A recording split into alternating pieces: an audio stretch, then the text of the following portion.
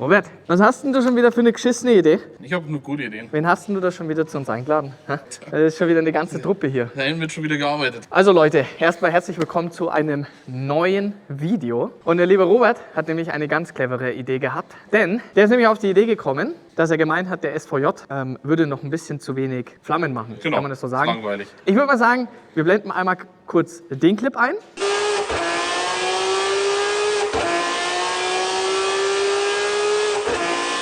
Jetzt würde ich vielleicht noch sagen, wir blenden noch den Clip ein.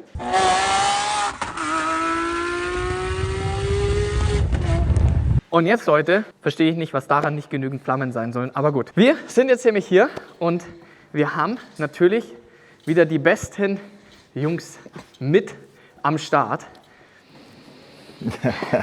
Erst noch mal offizielles Hallo. Hi, Ja, schön, dass ihr wieder da seid. danke hier sein zu dürfen. Die haben mir nämlich damals unseren schönen 992 GT3 RS gemacht, was übrigens wie Hölle rennt, das Teil. Also wir sind ja damit jetzt auf der Rennstrecke mal dann noch letztes Jahr gefahren. Das ist schon in Anführungsstrichen asozial positiv, wie schnell das Auto ist. Also nicht nur, sage ich mal, showmäßig, sondern auch wirklich performancemäßig. Also das ist echt krass, was ihr da Arbeit geleistet habt. Ja, hört sich gut an, danke. GT3S habe ich jetzt nicht erwartet, ich habe mich auf das SVJ eingestellt. Naja, ich wollte ja nur kurz mal darüber mal kurz sprechen. Ich weiß, heute haben wir uns ja was anderes überlegt. Vor lauter Stieren hier habe ich den Porsche ganz vergessen, muss ich ehrlich sagen. Nee, aber tatsächlich, also beim Porsche GT3S, der ist ja leicht, würde ich jetzt mal sagen. Also Ja. ich habe ihn nicht entwickelt, aber es ist ein Rennwagen für die Straße. Und bei dem macht sich halt die kleine Leistungsdifferenz halt auch bemerkbar. Und es ist ja nicht nur eine Leistungsdifferenz, wie es auch auf den Rennstrecken im Prinzip auch nicht unbedingt notwendig ist, sondern es ist dann die Gesamtperformance. Ja. Ansprechverhalten, die Kurve etc. und so weiter. Und freut uns natürlich dann auch das Feedback zu bekommen, weil es geht ja nicht nur darum, asozial Feuer zu schießen oder unangenehm laut zu sein, sondern gegebenenfalls auch etwas die Performance zu verbessern. Genau. Und wenn du das Feedback uns geben kannst, ist natürlich klasse. Ja, von Ja, wem voll, würden wir uns definitiv. mehr hören als von dir. Definitiv. Das bedeutet, wie ist denn jetzt der Plan beim SVJ heute? Man muss ja ganz kurz dazu sagen, Leute, denn wir werden später einen Cut machen müssen, denn wir werden natürlich mit dem Auto auch noch auf den Prüfstand gehen, aber wenn wir mal rausschauen, es schneit gerade richtig und deswegen haben wir uns dazu entschieden, wir kommen jetzt erstmal hier runter. Wir werden jetzt dann, ja, wie sagt man denn, das Steuergerät muss ja ausgebaut werden, korrekt? Ja. Das ist ja noch so ein bisschen oldschool-mäßig. Ich meine, ich sehe ja schon, was ihr da so aufgebaut habt. Ja, ist ein bisschen aufwendiger, Ja. sage ich jetzt mal. In dem Sinn, das Steuergerät verbirgt sich hinten rechts im Kotflügel drin, also wir müssen es auf jeden Fall ausbauen. Da müssen wir ans Steuergerät auch ran, im Prinzip ans Hirn, an die ganze Sache. Wie sonst üblich auch, wir müssen den Datenstand runterziehen, dann bearbeiten wir den mit den Erfahrungen, wo wir als für richtig halten und mit den Extras, was wir auch für notwendig halten, wenn man so ein Auto fährt, dass wir auch ein bisschen Funkeln hinten rausbekommen. Und natürlich, der hat ja schon 770 PS serienmäßig, wir versuchen dort das Gleiche zu erzielen, einfach ein bisschen etwas dynamischer zu sein, noch ein bisschen aggressiver von der Fahrweise. Ach so, okay. Aber hauptsächlich auch natürlich, um den Spaßfaktor zu haben, was man für ein SVJ oder wenn man einen SVJ mittlerweile sieht, leider auch haben muss, Ja. dass hinten drin halt im Prinzip ein Feuerwerk rauskommt. Ein Ja, Bunsen- aber ich meine, er macht das ja auch schon serienmäßig. Robert, Ja? warum bist du überhaupt auf die Idee gekommen? Ich meine, das ist doch schon eigentlich genug. Nee. Vor allem, man muss ja dazu sagen, wir waren ja mit dem Fahrzeug damals auf dem Prüfstand und wir haben den schon mit über 800 PS gemessen gehabt. Ich glaube 805 oder so hat der damals gehabt. Irgendwie sowas in den Dreh. Ja, aber mehr geht immer, würde ich sagen. Ist durchaus möglich. War wahrscheinlich nicht ganz serienmäßig, so wie ich dich kenne, oder? Also hardware-technisch, ohne jetzt viel zu sagen, aber hardware-technisch glaube ich schon Ja. ein bisschen was verändert. Ja, 800 haut schon hin, das können die schon haben. Ja. Und deswegen, wenn es da dann auch nochmal um 10 oder 20 PS rauszuholen gibt, beim Sauger zählt jedes PS. Ja, also jeder weiß es wirklich, wenn man einen Sauger hat. Ein so. PS ist schon eine Freude, was beim Turbo da hingeworfen wird, wie so ein altes Stück Fleisch.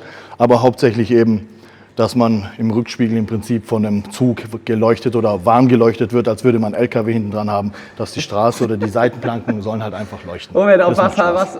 was für eine Idee bist du schon wieder gekommen? Es ist schon gute. wieder Wahnsinn. Ich würde Nee. sagen, ich steige jetzt mal ein. Jetzt fahren wir mal das Auto raus, damit fahr die wir nicht Kiste weiter mal Zeit raus. verlieren, oder? Ja, auf Und du geht's. schraubst dann den Reifen ab, oder? Ohren zuhalten am besten.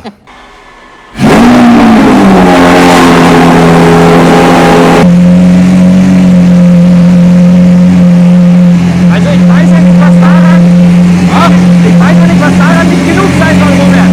Gut, ja. Schiste die Liebe immer so.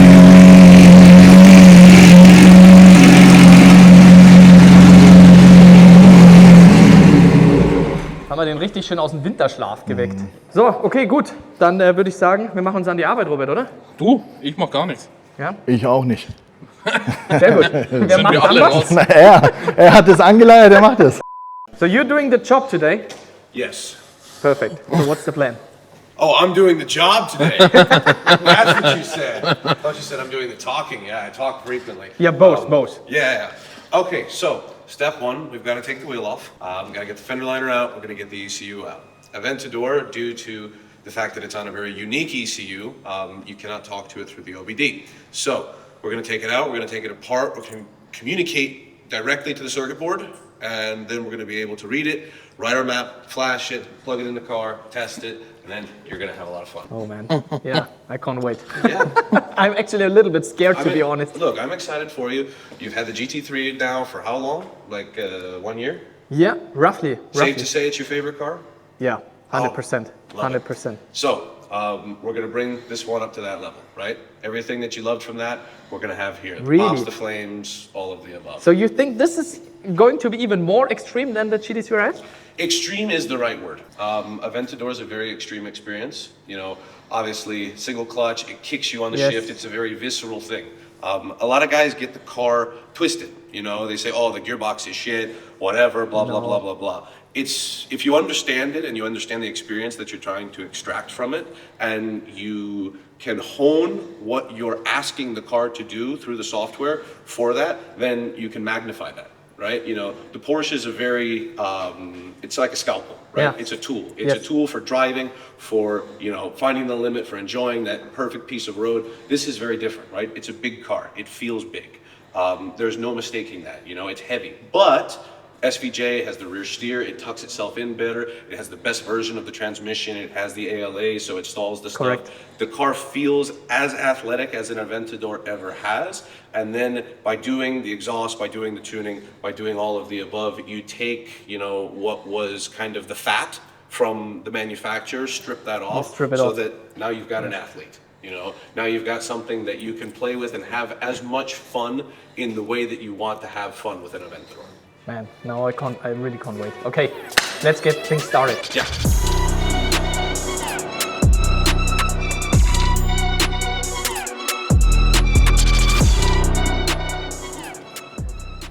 So, jetzt bin ich auch wieder da. Ja, hier wird mal gearbeitet. Alter, das sieht mal echt gefährlich aus. Also das ist, sowas ist ein Steuergerät. Ist aber auch wild, ne? Schon geil irgendwie. Ich habe gerade so Side-Comment gehört, das ist von einem 5er Golf. Also Robert, das wird theoretisch in dein Auto auch reinpassen. Nee, ich habe keinen Golf mehr. Ah ja, stimmt, du hast schon ein Upgrade gemacht, gell? Ja, klar. Is it right? I don't know, I've never done this before. Never done this before. I'm winging it. But so far it looks good. Now, you're getting a view of the forbidden bubble gum. Ta-da! All right, so we're now deep inside this ECU. Now, you gotta put it on this very nice rig, drop some pins onto it, read the data off of it, and get to cooking. Robert, I think you have done this before, right? Ja, So auf jeden actually you can do it, right? Fall. Bestimmt. Robert, you gonna put me out of business? Come on, Not today. you wanna do this? I'm tired, man. Ja, me too, me too. Also es sieht schon interessant aus, gell? Ja, was meinst du, was da alles drauf ist? Sieht aus wie so eine Doktorarbeit jetzt hier irgendwie. Ja, ist es ja auch.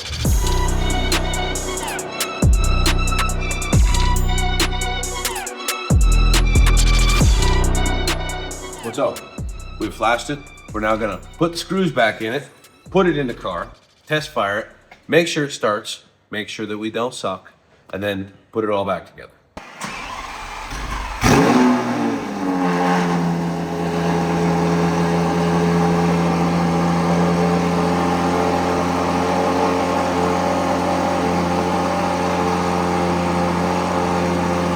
I think it's good, huh? Easy. Nice Sache. Und? Sieht gut aus, oder? Ich glaube, sieht gut aus. Passt. Schraube ist drauf. Ich ziehe mir jetzt mit dem richtigen Element noch an. We need the right torque. 600 Newton meters. Das ist natürlich die große Frage, Robert. Ich meine, Steuergerät ist wieder drinnen. Gestartet haben wir ihn ja schon mal kurz. Er muss es ja. Aber die Frage ist, sollen wir ihn jetzt hier ein bisschen warm laufen lassen und schon mal ein bisschen Flammen probieren? Oder sollen wir uns dann auf dem Prüfstand wieder treffen? Boah, ich würde die Spannung umhalten, würde ich sagen. Das heißt, dann treffen wir uns auf dem Prüfstand wieder, oder wie? Ja, die Leute werden, glaube ich, heiß drauf sein. Alles Hoffe klar. ich mal. Das apropos heiß ist gut, weil ich werde mich nämlich, glaube ich, jetzt mal ein bisschen aufwärmen. Ja, es ist brutal kalt. Oder? hier unten. So, das heißt, wir Oh, das machen dann gleich jetzt hier einen Cut, sofern das noch alles gut geht hier. Jetzt haut's gleich die Felge 600 runter. Newtonmeter ziehen wir ihn jetzt fest. Und dann, Leute, sehen wir uns auf dem Prüfstand wieder und dann werden wir mal richtig aufreißen und mal Alter, da schauen, wird's so laut. was hier die Jungs so auf die Beine gestellt haben, oder? Ich bin gespannt. Auf geht's. Viele Monate später.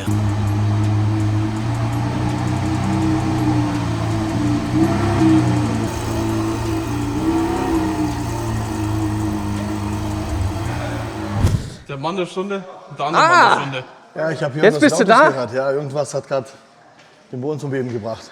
Ja, Robert, müssen wir wieder, auf dich musste ich warten, auf jeden, oder? Ja, natürlich, natürlich. Na, ich bin ein bisschen später gekommen. Ich hätte mit dir mitfahren sollen einfach. Ja, ist so. Weil ich habe nämlich mitbekommen, ihr habt schon einen Testlauf gemacht. Wir konnten es nicht abwarten, wir haben den Testlauf gemacht.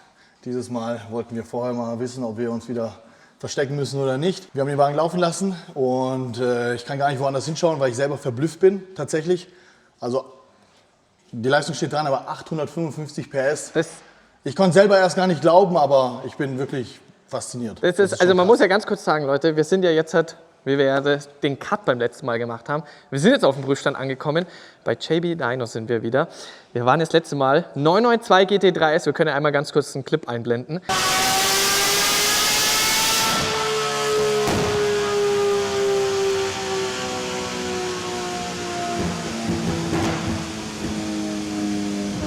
Weil das war ja schon wirklich wild.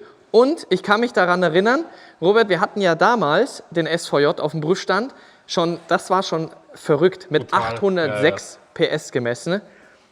Aber was ich da hinten sehe, 855 PS und 869 Newtonmeter. Ich weiß noch, wir hatten 750 Newtonmeter hatten wir nämlich damals. Sorry that I have to speak in No, German. I'm glad that we have Flocky because I mean, then he can. he's also the man, you know, understand because he did all the software the last time, if you remember in the video, garage? and I just mentioned because like when we put it on the dyno the last time, that was already crazy because we measured it with 806 horsepower and 715 Newton meter, but this. So completely stock. The car does 770, and I don't remember the torque offhand. But you measured with the full system. Yes. Full system, making 806 horsepower Yes. and 750 Newton meter, yeah. So we've picked up what 50 horsepower. 50 horsepower. and More than 110. But that's Newton meters of crazy. torque. 110 Newton meters of torque. 120 High Newton meters. RPMs, in the high Yeah. RPMs.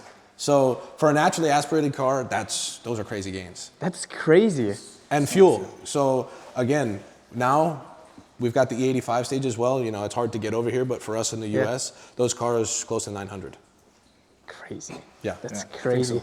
Maybe So just quickly. everybody that says that you can't make power Yeah. of these cars and tuning them, Yeah. read it and weep. Yeah, because it's not only about showing off the flames, it's really about pure performance. So quickly in German. Wir waren ja das letzte Mal eben hier mit dem GT3 RS. Du hast jetzt den Testlauf schon gemacht. Robert, du warst hier nicht dabei. Du musstest Nee. mich ja gerade Ja, abholen. musste ich Deswegen, abholen. stimmt. Wenn du das jetzt mit dem GT3 RS vergleichst, weil ich habe keine Ahnung, was mich jetzt erwarten wird. Ich weiß nur, GT3 RS war ja damals schon komplett Untergang. Ist das nochmal ein anderes Level? Ich würde sagen schon, ja. Ich würde sagen schon. Also beim GT3S haben wir eine Stelle, wo das Feuer rauskommt, auch vom Sound her, der ist ja auch brutal gewesen. Hier haben wir halt einfach im Prinzip diese Flammenentfaltung mal 2. Könnte man sagen. Es sieht auch so beeindruckend aus. Ich Ja. habe einfach jetzt schon Schiss, sage ich dir ganz ehrlich. Und die Lautstärke ist auch unnormal penetrant. Vor allem Robert, Geil, Mann. ich habe eine richtig super Idee jetzt dann nämlich später mit dir. Wir müssen nämlich noch Mittagessen machen, ja? Aber dazu mehr. Ich würde sagen, wir verlieren jetzt gar nicht weiter Zeit. Ja, ich würde mal sagen, wir legen los, oder? Machen wir den ersten Run. So, dann Abfahrt, auf geht's.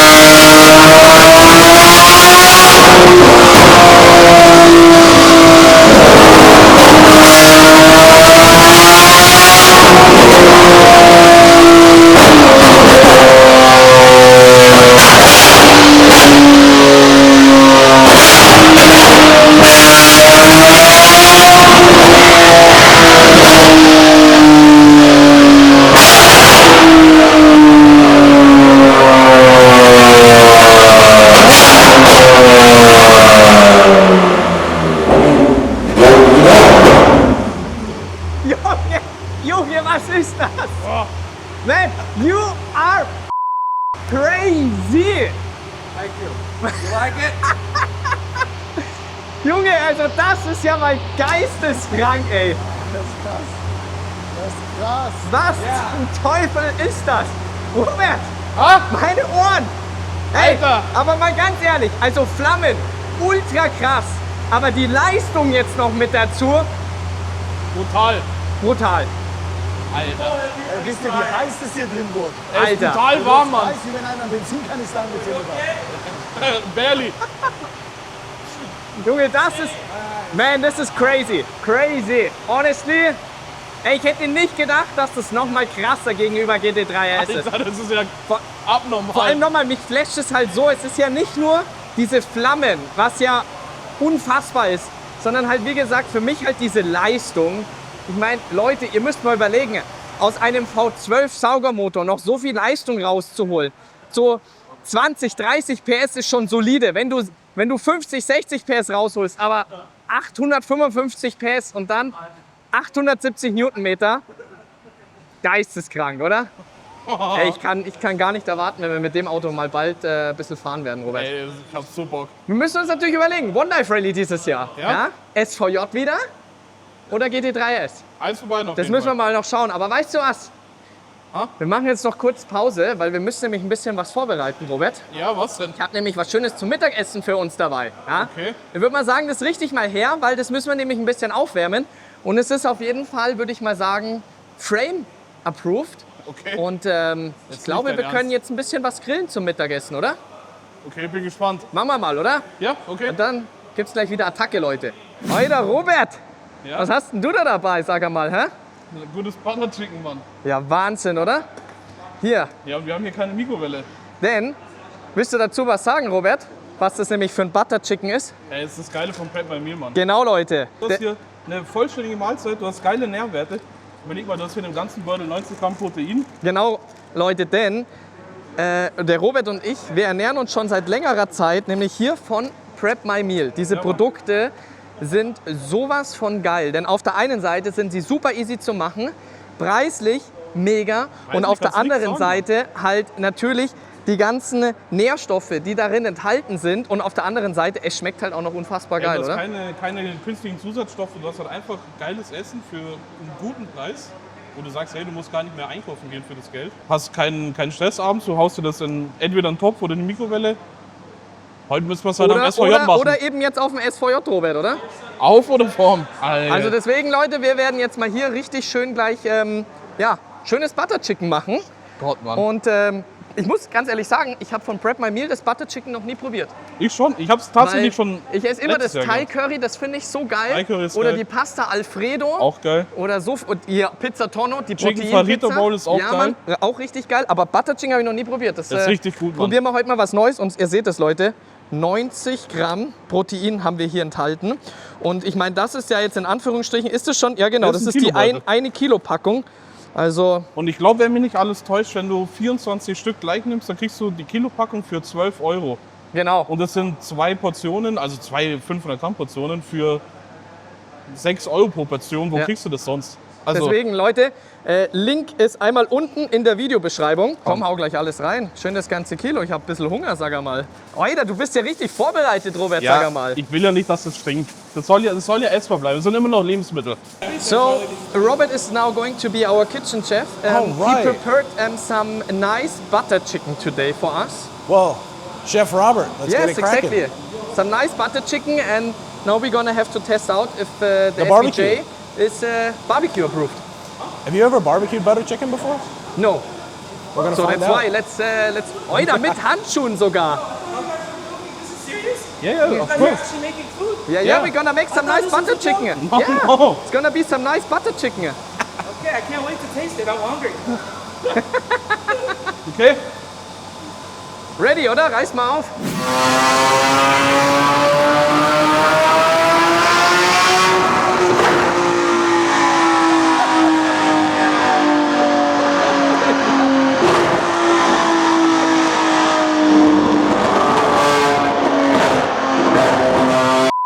Und Robert, wie ist die Lage? Ist fast fertig, oder? Fast fertig.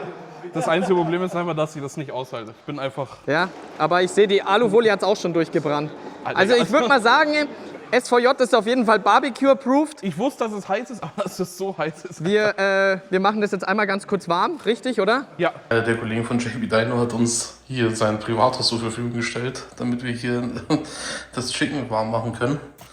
Schaut euch mal an, wie hier das alles, an die Alufolie geschmolzen ist. So, und jetzt kurze Zeit schon später, das lässt sich doch sehen, oder? Ich lasse das hier Ganze nochmal ein bisschen durchziehen, damit doch alles schön aufgetaut ist und warm und frisch ist. Dann würde ich sagen, gehen wir rein.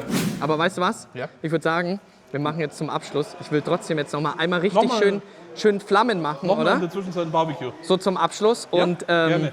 ja, vielleicht warte, ich übergebe dir mal noch mal ganz kurz. Ja, du, so bitte. als Abschluss, weil also Leute, das war wild, oder? Wenn du dir denkst, es geht nicht heftiger als GT3 RS mit Stage 4 Tuning und mit den Ramani-Jungs, aber SVJ hat es mal wieder gezeigt, es geht einfach nichts über einen Lamborghini V12-Sauger. Das ist einfach das Ultimative. Und jetzt kommt natürlich die große Frage, Leute. Was sollen wir als nächstes mit dem SVJ machen? Sollen wir damit auf die Rennstrecke gehen? Sollen wir damit irgendwo ein paar Pässe fahren? Oder, beziehungsweise dann One Life Rally steht ja auch schon bald in den Startlöchern. Sollen wir den SVJ nehmen oder sollen wir in diesem Jahr GT3 RS, GT2 S? Mit welchem Auto sollen wir dieses Jahr fahren? Oder Twin-Turbo-Umbau. Robert, wir haben jetzt gerade das gemacht. Und brauchst mir doch nicht erzählen, dass jetzt hier diese 860 PS nicht ausreichen sollen. Aber Twin-Turbo wäre schon geil. Erst in Deutschland. Ich würde sagen, wir machen damit Schluss. Robert, du kümmerst dich jetzt ums Mittagessen. Und dann, Leute, sehen wir uns beim nächsten Mal wieder. Und ganz wichtig, checkt Prep My Meal ab. Das Zeug ist richtig, richtig geil. Link ist in der Videobeschreibung. Und 5% mit deinem Code. So schaut's aus. Und dann sehen wir uns beim nächsten Video wieder. Peace out.